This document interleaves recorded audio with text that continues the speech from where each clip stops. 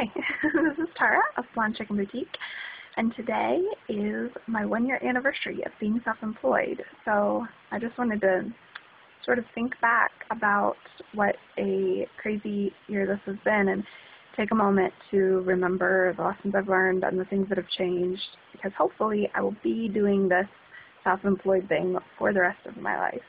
And that's actually a question I get asked a lot. On the first free Q&A I did, somebody said, well, do you have guidelines in place for when you know that you'll quit and you'll go back to working in an office? Or, you know, at what point will you decide this isn't working out? And the fact is, there isn't a point where I decide this is working out. What happens is something's not working out and I figure out another way to do it.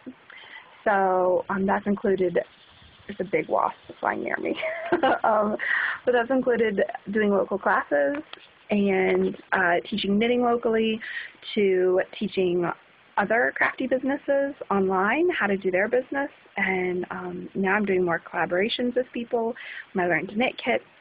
All of these things were me saying, this isn't working, I need a better way to make this work, what if I try this?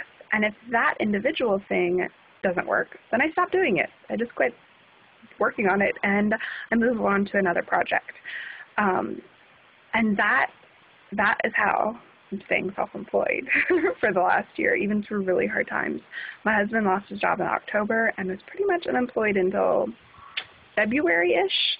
And our house got broken into and our car exploded, and we've been having one car for the last 5 months.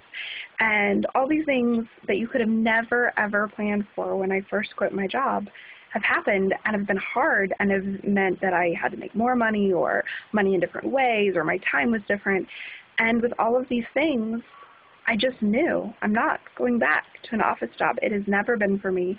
I mean, I was a French major in college. I didn't anticipate ever working in an office, but those were the jobs that I could find, and so I did it for a while. And now that I've had my own business, I'm not going back to working for somebody else.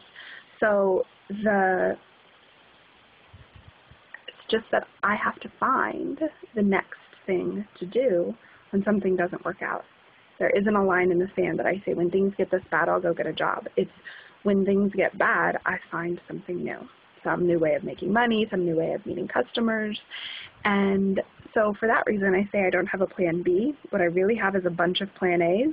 I mean, I have ideas for so many new products, and I just keep this list of ideas.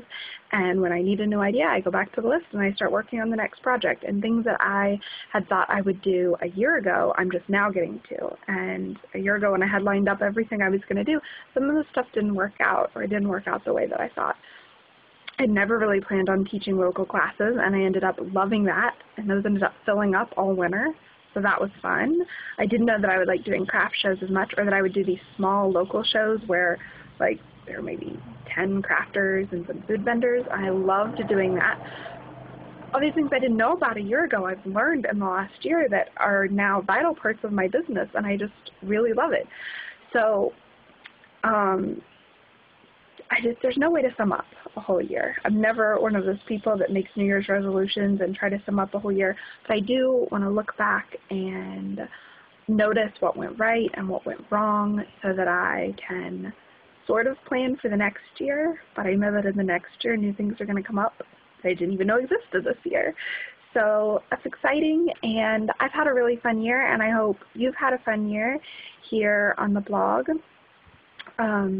And if you have any questions, you can join me at 4 o'clock Eastern Time today. I'll be recording a free live question and answer session on the phone. If you can't make it, but you sign up, you'll still get a recording no matter what. You can ask your questions via email or on Twitter. Starting at 3 o'clock today, ask on Twitter. Use the hashtag #AskTheChicken. That's me, Blonde Chicken. And if you have any questions, you can ask me anytime by emailing me at tara@blondechickenboutique.com or on Twitter. Thanks, and I hope you're having a really, really nice day, and I hope you join me in celebrating. Bye-bye.